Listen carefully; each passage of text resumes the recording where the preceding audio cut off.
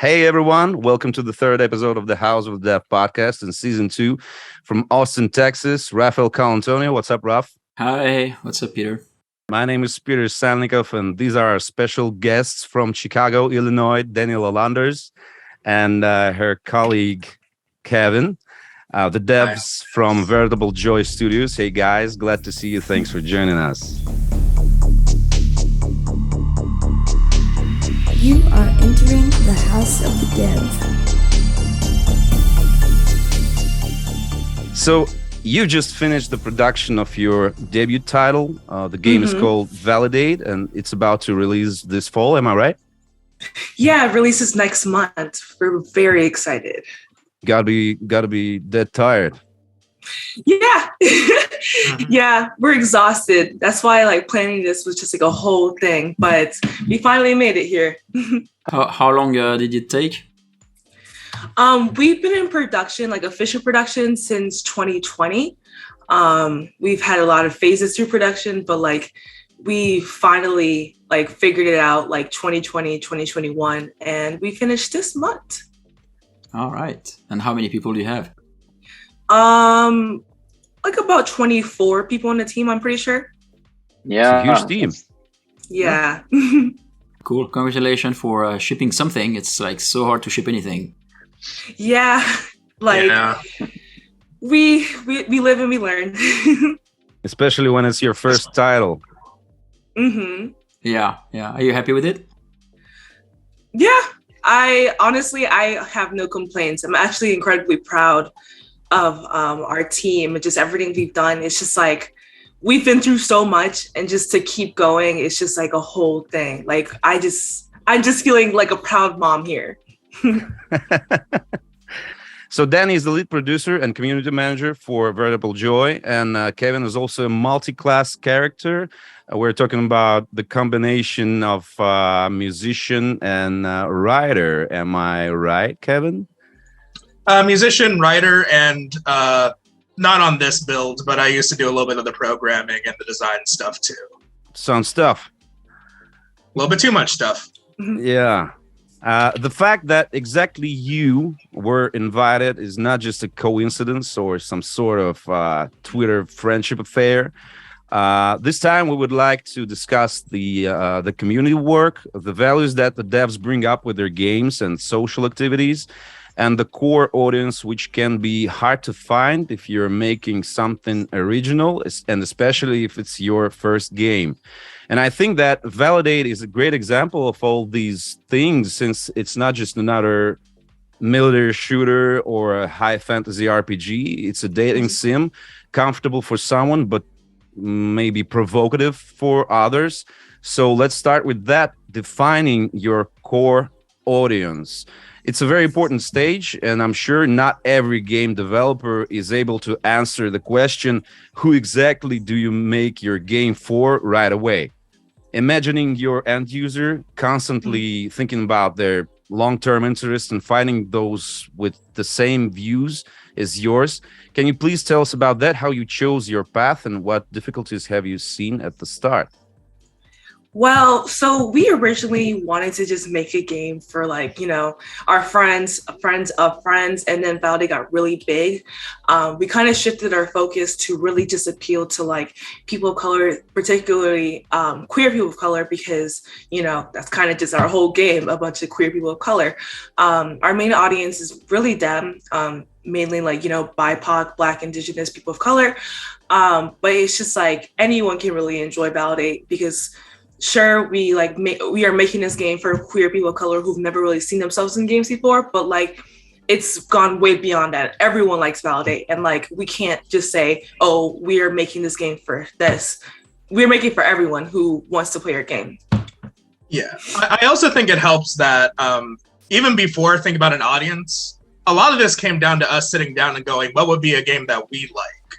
Mm-hmm. And the thing is that if you make something for yourself, you'll inevitably make it for someone that has your similar tastes, or maybe you'll accidentally stumble upon a niche audience that it was looking for the kind of stuff that only you can give them, which I think Dani is kind of underselling herself here. We did kind of accidentally backdoor into a big audience, but a lot of that came down to Dani being a social media wizard and being able to like drum up attention and hype and like sell this game like I've never seen anybody sell anything before. Yeah, I love social media. It's fun. You're the only one who thinks that. Actually, your activity on Twitter was the reason we originally contacted. So yeah, Kevin is right. That's big work, and it's being done quite right, in my opinion. Thank you. Did you said that you started the production stage 2 years ago, and when did you come up with the initial idea? So yeah, Validate started between myself and one of my friends, Haven Vintage Foods. We just wanted to make a small little visual novel because we realized that making a game in RenPy is really, really easy. So we just wanted to make a small visual novel. And then I was just like, I actually have done this. Like I've made visual novels before, just small fan projects. And I was just like, I can go beyond this. So I started asking more and more friends if they want to join a project. And that's originally how we came up with Validate. Like we officially launched in February of 2022. 2020. Wow, time is not real. February of 2020. So we were just like, okay, here's this game. Here's it out. And then we had a Kickstarter, very successful. And then we really had to take a step back and be like, hey, okay, here's what we originally wanted to accomplish. And here's what we can do now that we have money, we have resources, we have people following our project. So we really just transformed our whole game from what it was at the beginning, like a small little visual novel, to like a whole production. Yeah, that's interesting. We started with small ambitions, and then you thought, oh wow, we have all this money now. What do we do with it, kind of thing, right? It's interesting. Did you, as a gamer, where do you guys come from? Like, what are your favorite inspirations? For both of us, Ace Attorney was definitely like one of our biggest inspirations. Great game. Yeah, amazing game. The first trilogy series, amazing game. I played all of it. I was just like, I can make Validate, but like, I can make Validate like this, but like take out the law and the lawyer part and like keep the gay people, and that's Validate. What was so it's your first game as a team. What would you say has been the? I mean, I'm sure there are many competing hardest part, but if you had to pick one, what was the hardest challenge for you? Ooh, I think definitely like finding funding in a publisher. We really struggle with that because a lot of people just don't really believe in in visual novels. It's like very hard for us to really get published, especially Western visual novels. Like if you're making your typical anime style visual novel, we probably have a lot less difficulty. But since we're making like a very Western, Western art style, not really anime. We're kind of just steering away from that. It was just like people saw us and were just like, we don't know if you guys are gonna do well. And then they were just like, it's just too risky. A lot of people just said that visual novels aren't really profitable, which is not true because there's so many visual novels in the past couple of years that have been super profitable. A lot of people love them. But, as we are entering a more diverse gaming world with more diverse characters in games, it was just too much of a risk for too many publishers. So no one really just wanted to take us on. So we just decided to self-publish ultimately because it's just easier. Our team decided that we can do this without much funding, and we can just get this game out and just pay ourselves back when the game comes out. And we're doing pretty well.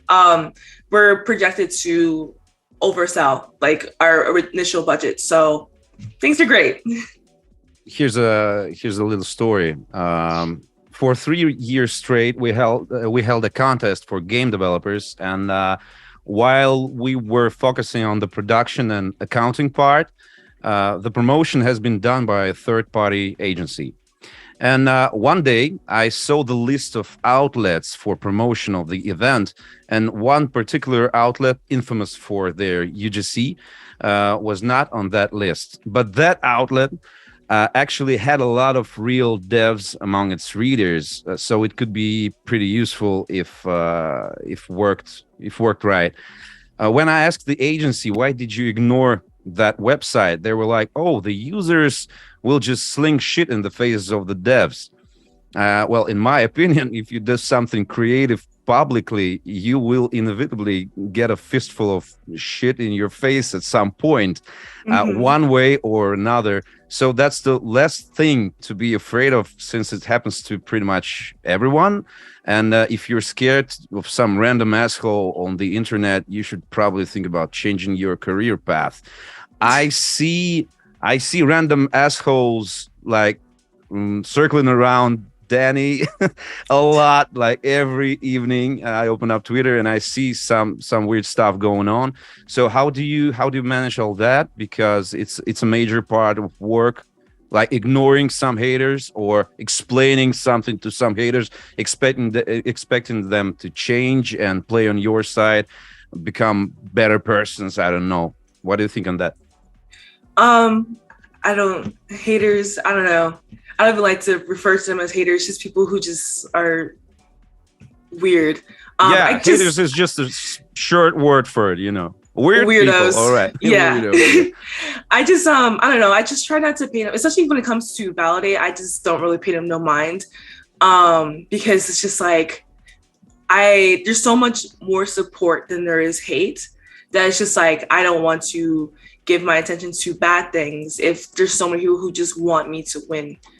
And it took me a while to really come to that realization. Like, I used to fight people who used to say bad things about Validate, like in 2020, but now I'm just like, I don't want to do this anymore. I just have better consume my time.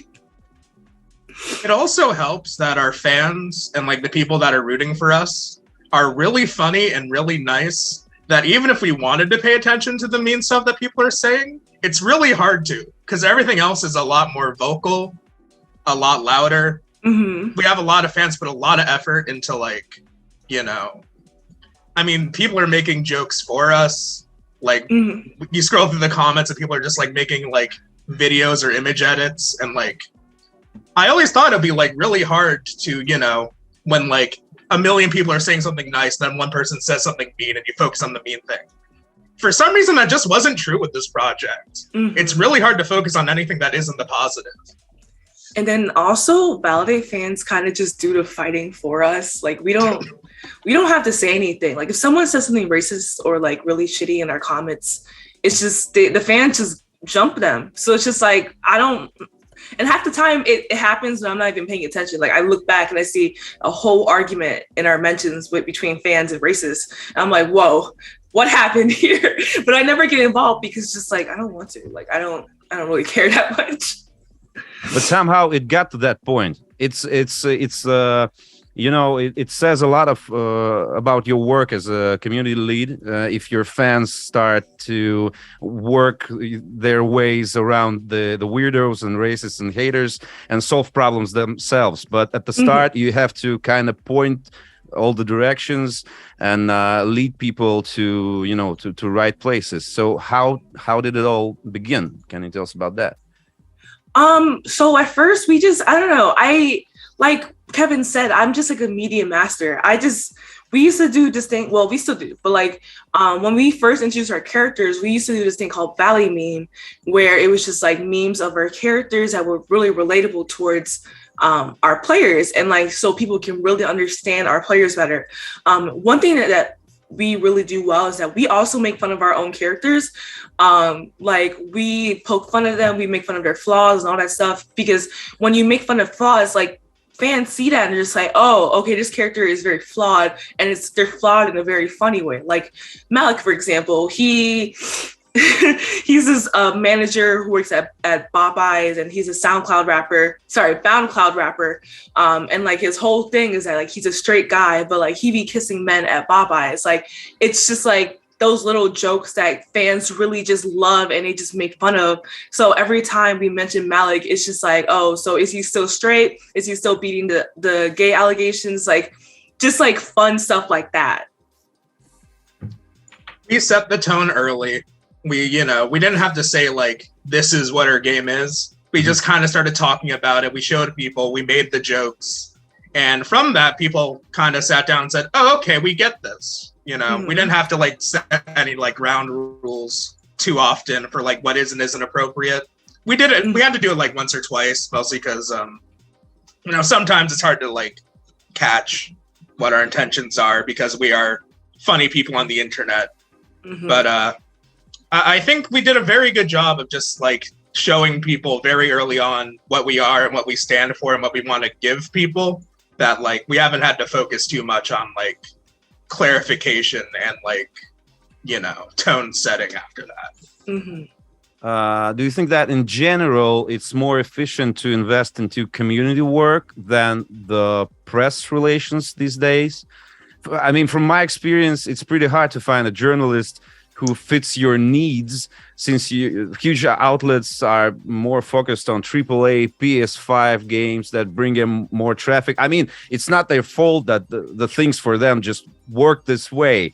And looking for gems in a bathtub of vomit is just ain't their major interest. I mean, there's tons of games coming out each month, and searching for something original and you know, some games that stand out from the usual common canons might take some more time than a middle journalist can afford. While working directly with people who surround you and will, in the end, they will play, not the journalists, they will play your game, can be more productive than just, you know, more productive than working with the press. Do you actually work with the press at all? How do you work in that direction? So press, I have a lot of journalist friends, just like a lot of journalists, like just follow Validate, and like I've become friends with a lot of them. People, I think that like we are very lucky because there's no game that's like Validate that's out or has ever been put out. We are very Black, we're very queer, we're very people of color friendly. Like everyone in our cast besides Keaton is a person of color, and that's really just not been done in Western VNs, let alone Western games like us.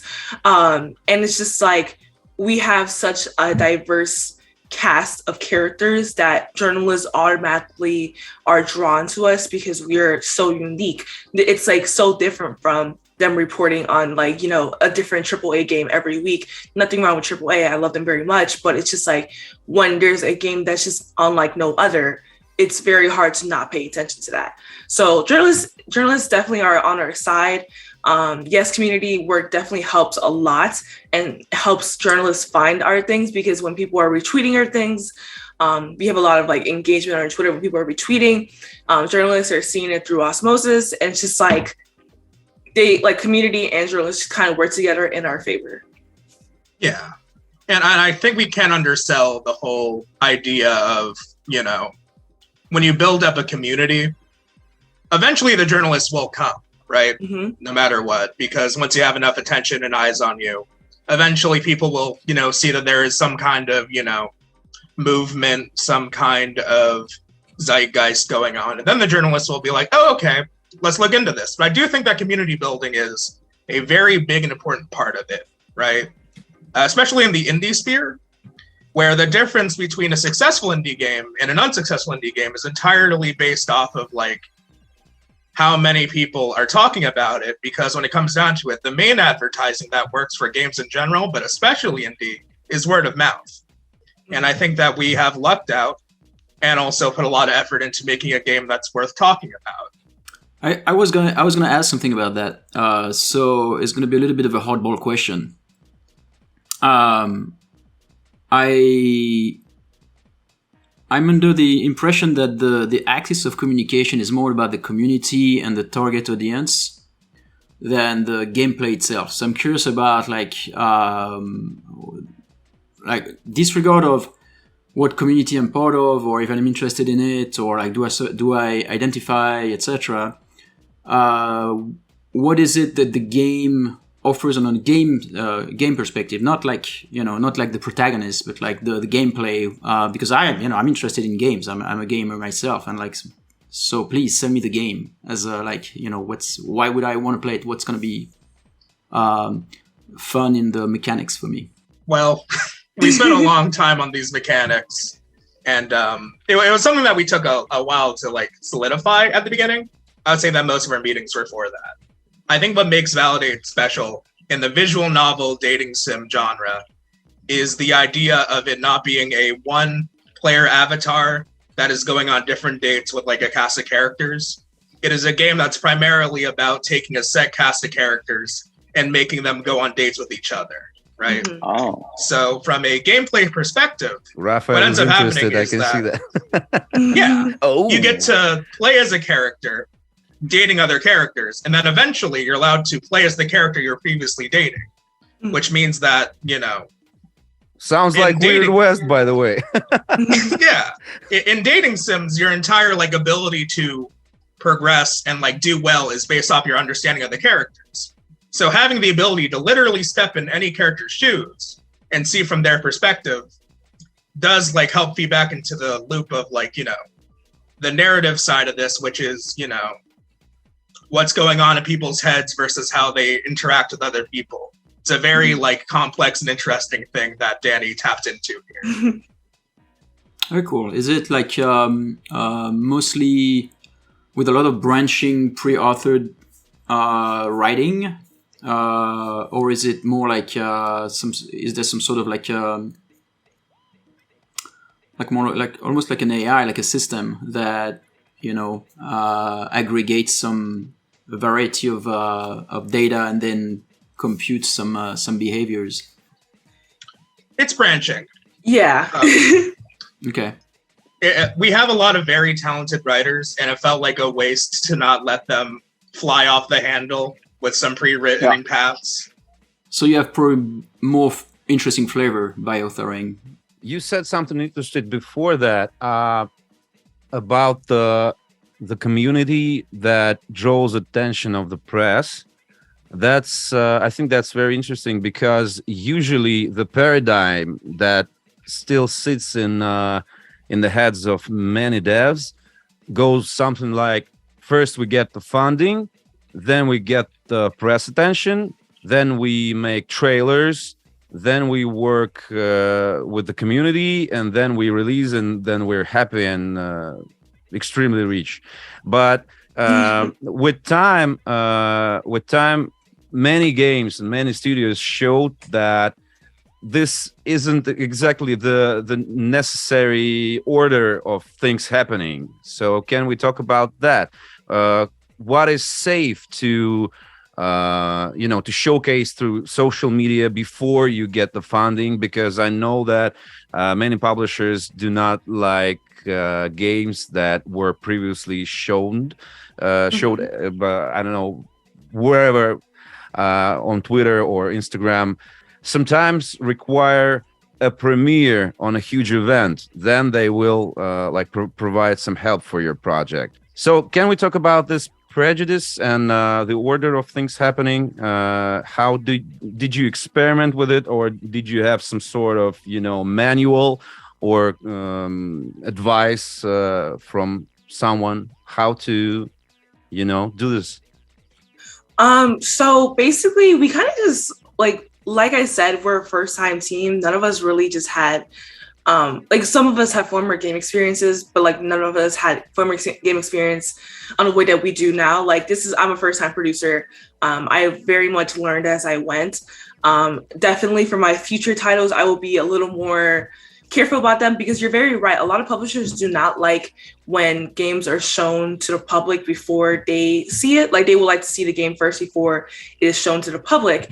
And I honestly think that also made it a little hard for us to get picked up by a publisher, because we were just so visible for a lot of people. By the time we started looking for publishers, we already had I think something like 6,000 followers. We were a very notable indie game, and we've only been doing this for a couple months. So people saw that and they were just like, okay, all right, I don't know about this one, but like we'll see how it goes. But for my future projects, I will definitely be a lot more secretive and not announce it until it's fully funded, because dealing with a game that's not funded is like a nightmare. Well, that's the most interesting part. Can we talk about the things that you will do in different way next time? Because I think that's very interesting. I mean, your mistakes and the experience that you got out of them. Yeah, no. So definitely, I won't get too into this, but definitely one of my biggest mistakes was just like not having a full game plan out before we started working. It was because, like I said, this was supposed to be a smaller game, supposed to be like a very chill game, and then it just got too big. And just like we definitely hit a wall in development very early on because we just did not know the direction that we wanted this game to go. And I think that moving forward, I will always just have a game plan, like literally from start to finish, and how I will get there. Because just like when you hit that wall in development, it really just, all motivation is just gone. And it just is very hard for like a team to really move forward past that. And, we learned a lot of like smaller things on the way, which actually I have to admit probably made us a lot better at the job. If I've learned anything in these past 2 years, it's that game dev is 50% fucking up and then having to learn how to unfuck it up. And then 50% getting very comfortable with uncertainty. And I think that, we had to learn on the go. We hit the ground running in an industry that, some of us have worked in before, some of us have not. And I think that the amount that we have learned from beginning of production to the end of production has made us a very like firm studio. The wheels are greased now. Whatever we do next, I feel like we just kind of like tackle it head on. I think no matter what, the 50% fucking up seems to be like a thing that doesn't really change. So we agree with that. Even like when your studio has been around for a while, it's still true. When something crashes, when you get the delay in your work, you still gotta sustain the community. You still have to be active. So in cases like that, do you act like nothing is happening, or do you communicate the difficulties to your future players? We are very transparent about everything that happens in Validate. We're a small indie company with our first title, and we made Validate because, like, yes, we made it for ourselves because we want people to see people like us in games, obviously. But also we just kind of just wanted people to see that making games is not that bad and not that intimidating. I feel like a lot of people are like very easily scared by games and just like getting into game making. And we want people to realize that like sometimes you can just do it. Like you don't have to ask permission. You don't have to, no one has to tell you yes, no one has to tell you no. You can just kind of just do the things that you want to do. And we want people to see Validate and just be like, hey, I can make my own game, or hey, I can make a game that's like Validate. We want to see more games like Validate, and not just like visual novels, but like games with more diverse casts, more diverse body types, queer games with trans people, just games that reflect real life. That's an interesting point. I saw a tweet from you, and I was completely blown away by the measure of how I agree with that. You were saying, I'm not into a complete quote right now, but you were saying something like, I would like all the developers to stop adding racially ambiguous characters to their games, so it's kind of disrespectful, and with time it looks more and more stupid. Like it's I mean, we all respect all the colors and all the genders, and we want to be, I think everybody in this conversation wants to be wants games to be as diverse as possible, but sometimes the diversity goes in a wrong direction. Like when instead of one person of a particular race, that is understandable, huge studios just add 6 blue-skinned, yellow hair, horned, Asian faced, with with tails, some things, and they kind of want to draw attention of everyone, but it doesn't seem that it works that way. So I think there's a healthy diversity, and there's a corrosive diversity, which is not respectful for the people who those studios trying to work with, and it's not respectful for many other people. Like I'm an open-minded person, like lots, very much, and I'm always open for new experience and new games, and I kind of even seek it, but when I feel that the devs think that I'm stupid, it doesn't insult me. Like, I'm not 8 years old, but it makes me think sad things about the industry. So can we discuss that, please? Yeah, I think that a lot of, I won't even say it's laziness. I think it's just lack of just people want diversity, but people just don't want to do proper diversity. They don't want to actually do the work to having diverse characters, having diverse body types, and like whatnot. I think that a lot of times people are just like tiptoeing on the diverse line and not really, committing to it, which is just like, it's very obvious to tell when people are doing that. And it's just like, I don't know. It sucks. It sucks. And I hope that Validate really helps change the way that people see diversity, that like you can actually have diverse games with diverse characters and it can actually be a good game. I'm not saying that games, but other games are bad, but like it's different when it comes from like actual people of color, queer people of color making it, opposed to like, your team full of white guys making a really diverse game with no sensitivity reading, no like people, consultants, like diversity consultants, like it's very clear that they just wanted to put these characters in here and not do anything about it. While like Validate, we have a whole team of people of color, we have diversity consultants, we have people from different races and ethnicities looking at our game to make sure that everything's like accurate.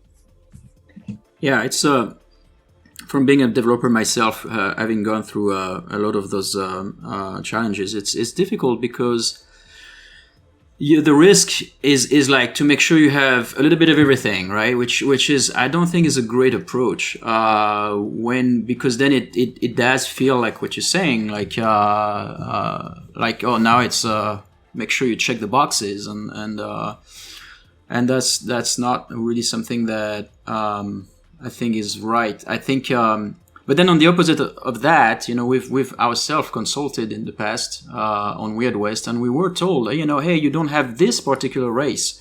To me as an artist, I would like to make characters that are meaningful to me and without having to fear that, right? So in Prey, we had a main character that was Asian. And then we had the brother of this main character that was super overweight. So, and it's hard to do because, by the way, now you have like more modeling to do. You have like more work as opposed to like everybody has like the same body, right? So it's an effort. But in this case, we did it this way because it felt like we wanted to tell the story of these people specifically, right? We were not like trying to make sure that we have like represented everything. Because that then becomes like more of a commercial thing in a way, like let's make sure we're trendy, which it's always a hard line to and then after that game, I don't know how much you're familiar with Arcane, but Arcane did so it was my company, right? And Deathloop had 2 main characters that were black actually, and again, I think the approach here is not like to say, let's make sure we are following something to like please everybody, but it's more like we want to talk about these 2 specific characters, and then it feels more real as well. So for me, diversity can be like per project in a specific area instead of like, let's tint everything to make sure everybody's happy, because that's always feel fake to me. Yeah. To talk about the body type thing in particular and like the extra modeling work, it's one of those things they actually don't realize, especially for like more AAA 3D games, is that it actually does, like Danny said, also with the sensitivity reading and needing to hire a diverse crew and stuff. When you're starting to work with like more diverse ideas and concepts, it actually does take more effort and work to like get that started, right? Which I also think is part of the issue why a lot of companies don't want to do it, because, you know, not only is it a risk, but it's also a financial risk where, like, you know, now I have to learn how to model this different body type, and now I have to, like, you know, attach all the bones to that and do new animations or like fix the old animations. Or like, oh, now I have to hire like writers from this culture or whatever. But I think that, like, you know, the fact that it is, you know, a risk, it's new, it's more work, isn't a reason to not do it, right? Mm-hmm. Because I think that we have proved to a decent extent that if you know, sell the same thing over and over again, which AAA games have been getting better about, I would say that they've been getting less samey as time goes on. You'll still always find people that are like, you know, I want something new, I want something different, even if it's not even a diversity thing in terms of like race or sexuality. A lot of the times it can be a diversity thing in terms of like, I want to hear types of writing from types of people that don't usually get hired for these types of projects, you know? I think that's one of the, you know, stranger things that we've touched upon is like, besides all this, people just kind of like our writing because it's written by the type of people that don't really do this type of stuff. Like there's a lot of interesting things in what you're saying. The sensitivity reading. I first learned about that profession by visiting the website of Dani Lalonders, like officially. There's no, I mean, at least in my proximity, there's no such thing in Russia as sensitivity reading. It's not that nobody cares about something sensitive. For example, when Chris Avellone worked on Pathfinder Kingmaker, he was kind of sensitivity reader for the project, because in the lore of Pathfinder, Pathfinder is an analog of Dungeons and Dragons, to put it in short. So there's a huge lore behind all the events. There's a lot of modules. There's a lot of books with core rules. It's a D20 tabletop RPG, and the first CRPG based on Pathfinder was made by a Russian team, with Chris Avellone as one of the lead writers for the project. And in the lore of Pathfinder, specifically Kingmaker module, there was a character who was kind of sexually abused before the events of the game, and they cut it out of the game because the main focus of the project was not that. And Chris said something like, if you want to put a fire axe in the middle of the road and just wait until someone will stumble upon it, you can leave that story as it is and keep it in your game. But the devs listened to him and just removed it to avoid any kind of unnecessary risks, because obviously the focus of the CRPG called Pathfinder Kingmaker is lies in another area. So do you think there's some kind of compromise, like there's bad compromise when you want to please everyone and make everyone happy, and the result usually is that nobody is happy? When you work with a specific group of people and when you hire specific people to talk about topics nobody usually brings into the light in the games, and when you kind of do something to avoid the problems. So basically, what is the sensitivity reading? Can you tell us about that? Yeah, sensitivity reading is basically when you just have someone who typically is like same race or same sexuality, or like, you know, just has knowledge of looking outside of their perspective, and you ask them to read and like look at your work before you put it out. There's a lot of power in sensitivity reading when it comes to just anything, like not even just like diverse stories, just like everything. Like it's always good to have a second pair of eyes, who are not on your team, who can really like just be honest with you. As a sensitivity reader myself, I often just look at things and just give them my nose saying, hey, you might think this is a good idea, but personally, I think this is a terrible idea. And like why I think so, like, it's just like about having a second perspective who is not biased and who doesn't lose anything by saying that things may not work, things are not good, etc. And then for sensitive reading, I just think that it's just useful for everyone to just have some, no matter what you're making. It's just, you never know. Like you might think that something is perfectly fine and then you put it out and everyone's mad at you because you never got a second opinion. Like that happens all the time. About the second pair of eyes from outside of the team, is there a line when I mean, I understand that you do the sensitivity reading, of course, but have you hired somebody for validate on that position? Yeah, I have a lot of like friends who are actually sensitivity readers. Like it's not just myself, it's just like a whole group of people. And they definitely have read our scripts. They have looked at our scripts, like giving us warnings and all that stuff. They do it professionally, so they did it for us for free because they're friends of the project. But like I've had people just look at everything, read everything, just to make sure things are okay, and like also check for like, you know, trigger warnings, like potential warnings that we can like warn our audience about. And I think that's like very important, like just having like warnings for your audience, because you never know. We had one of our sister games, Boyfriend Dungeon, they had a really big issue discourse around this time last year when they put their game out and they didn't have a warning for stalking. And then they added the warning, and people were still discoursing about it, even though this problem has been solved.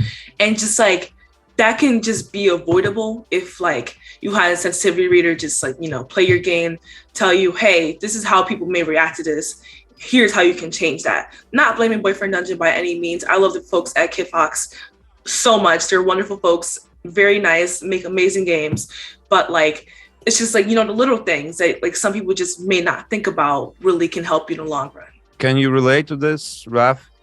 You were always, like most of your career, as I presume, you were under a looking glass of a huge publisher, and there were I'm sure there was some amount of rules and laws because of that. Yeah, I think frankly the world became aware of the diversity not that long ago. So when I started in the late 90s, I was not really you know, every hero was the same kind of, you know, hero, and then it's over the years that people got more and more aware. And for the very last game I worked on, the Weird West, we did consult actually with an agency, several groups, several people that would represent groups. And it was an interesting experience. Because as you said, Danny, there's a moment where you do something and you don't even realize that it's not gonna fly. It's not like, you know, it can be subtle. It can be subtle things that if you're not part of this community yourself, you're just like, what? Oh, okay. And then, you know, you didn't mean to offend anything. But so working with those groups has been helpful. You know, it's a balance again, because I think you also want to keep some artistic integrity, and again, not do things just to reach like some sort of like a flavorless thing where everything is like flat. You know, like this is the risk, right? Because we fear sometimes, like, oh, you know, it shouldn't do this or shouldn't do that. So then you start to lose your own flavor in a way. So that's been the balance we've tried to reach. You know. Was there a lot of mistakes after you reached out to those groups of people you mentioned? In our case? Yeah. Yeah, we had, I mean, not a lot. And a lot of them were like small things, but some of them were surprising. And again, I mean, you're working with a group. That is their job. They're gonna do their best to give you the longest report as possible, because it's kind of like it's their business, right? So, and also in this situation, it's mostly like a lot of advice. It's more like, you know, hey, that specific thing, there's a risk, you know, maybe you wanna stay away from that, or etc. You know, discuss these things. You know, it's been from our own education. Frankly, there was no major thing that made us like remake the entire game or anything like that. You know, of course, but it's, you know, it's just a nice thing to add to your, as a process, to your to your game, as a full game cycle. At some point, this is going to be something you want to do. That's kind of funny. I mean, you, Raphael, you were making games like Dani and Kevin and the whole team at Veritable Joy. They make a game about, like, initially about themselves and people like them, which they wanted to see in a video game. And you were always making making games about something like deprived from yourself. Like, you have never been to Wild West. You came to America as an adult, and this culture required like a lot of research, I believe. So I just you know, just a fun fact that I've noticed. Was it hard for you to keep it? That's a question for Raphael. Was it hard for you to keep the games authentic and you know, rich with that flavor that you mentioned, without having your personal experience and things like that? I mean, if you were making a game about a rock band, you would probably take more out of your own head than from the sources of some sort. Yeah, I mean, I think any artistic endeavor comes from different places. It might be that in my case, I did not have a specific story, like a personal story where I felt like I need to represent my kind specifically. And instead I wanted more to go into a fictional world, you know, fantasy. That was what's exciting to me. But then as I aged, there were moments where, you know, in Prey, I made even in Weird West, if it's not in the world that you explore, in my case, it's in the theme that I talk about, you know, some stuff that are meaningful in terms of existential questions, or like, what is it to, you know, what makes a difference between different minds, or you know, what's after death, the concept of mortality, of immortality, or things like that are you know, for me, this is what is my thing, and it's not specifically about representing simply for obvious reasons. You know, I don't have the feeling that we're underrepresented, so that never occurred to my mind. So I guess, yeah, the artists, and it's probably true in anything, you know, in music or in movie making. I'm sure the story of the artist will drive their need to express themselves in a very specific way. You know, all writing has a research phase, and I think it does like also help too beforehand. You know, sensitivity readers are very good for the after the fact, but it does also help, like, you know, oh, I want to write about this region of the world, or I want to write about like this part of history.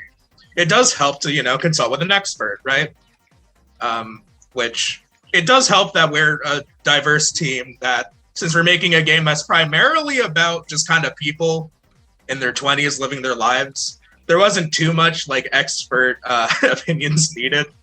Besides, like, you know, if you're writing a character, you do some research for it. I had to get like really into coffee for like a couple months for my writing, which I did not enjoy. But you know, it's one of those things that it just becomes part of the writing process, right? It's like consulting an expert, but, you know, on the back end to make sure, like, hey, you know, check on my numbers. Did I like do this right? Am I missing like something huge that I wasn't paying attention to?